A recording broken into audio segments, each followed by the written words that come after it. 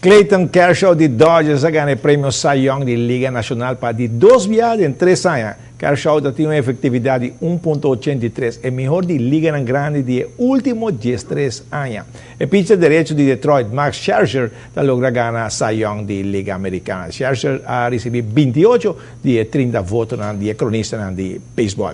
E playoff de beisebol Liga Menor, ABA, a continuar.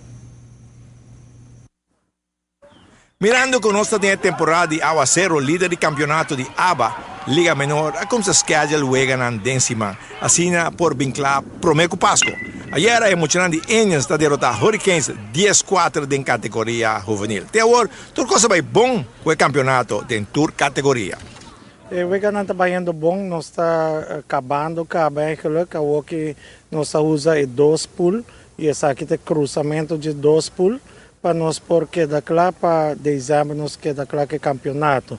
A água começa a ventir e nós temos um pariuega de cima para nós porque da lá, não? Tem natura coopera bom se para turuega por continuar e umpire também. Sim, bom, tem que não há não com umpire, pero a que nós temos pari muito young na mês que tá para de 5 de 6, nós está recrutando não. Então, por para pari de chiquito, e está indo bom. Nós não temos problema, é grande, mas antes ampara aqui ampara, e outro não custa cooperar maneira sempre, não? Também, jovem, é de grande ajuda para você? Claro que sim.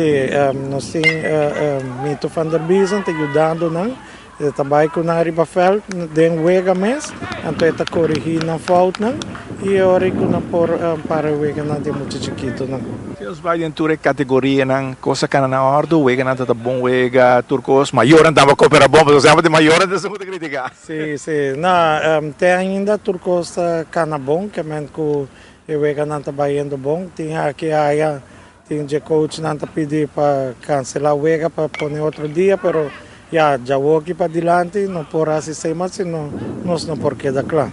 Você planeja para acabar com somente de dezembro? Não, para dia 5 de dezembro nós está planeando para acabar e passe algo grande para muito dia 18 de dezembro.